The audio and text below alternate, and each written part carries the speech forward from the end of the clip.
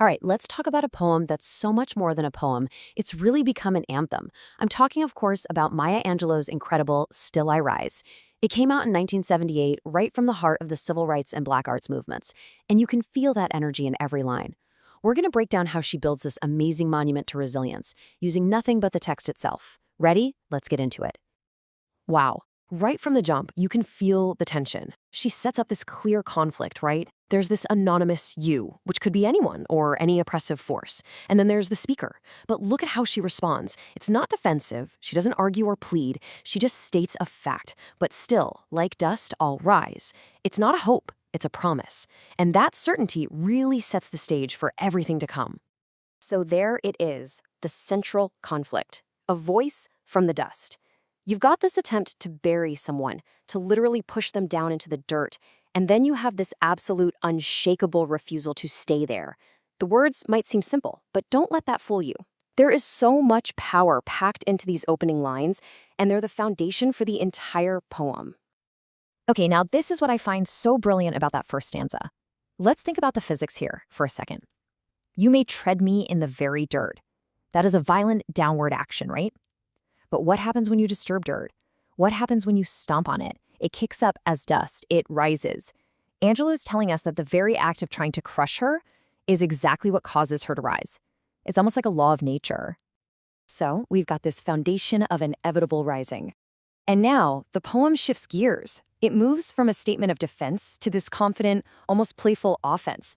The speaker doesn't just declare her strength, she starts to almost taunt her oppressor with it, putting her own unapologetic self-worth on full display.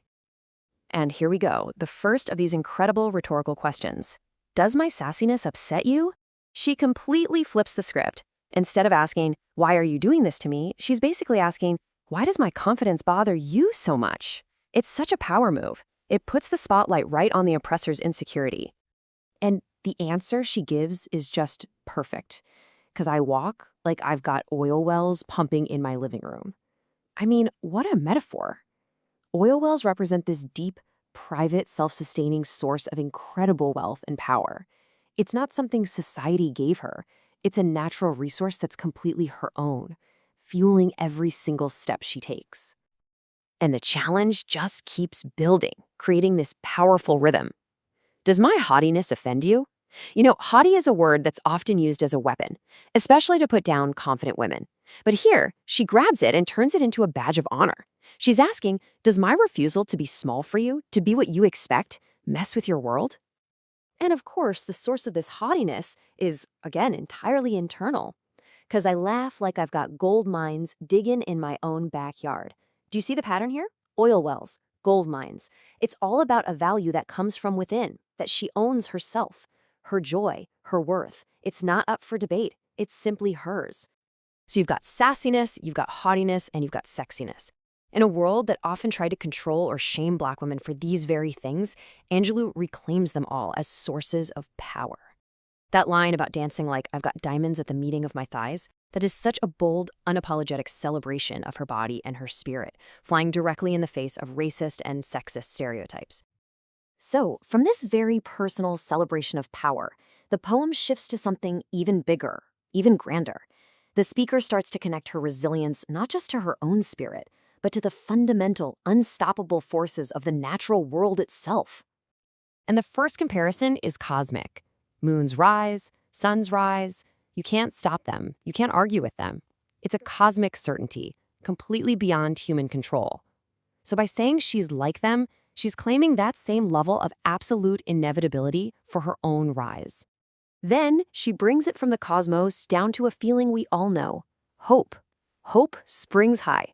You can push it down, you can test it, but it has this natural desire to come back up, right? It's this persistent internal force, just like her will to rise. And that leads to the ultimate comparison, air. How do you fight air? You can't hold it, you can't cut it, you definitely can't kill it. It's formless, it's everywhere. By comparing her spirit to air, she's saying she's untouchable, that she transcends any physical harm you can throw at her. This stanza is really the climax of that idea. Notice how the violence escalates, from words to looks to pure hatefulness. And yet the response is constant, powered by this new metaphor. It doesn't matter what you do. My spirit is like air. It will just rise. Now, from that peak of personal resilience, the poem pivots one more time, and it broadens its scope in this absolutely breathtaking way. The singular I starts to expand to carry the weight and the strength of a shared, collective history. And the poem lays out this journey so clearly. It starts out of the huts of history's shame, it moves through a past that's rooted in pain, and where does it end up? Into a daybreak that's wondrously clear. This is no longer just one person's story. This is the epic story of a people's journey toward freedom.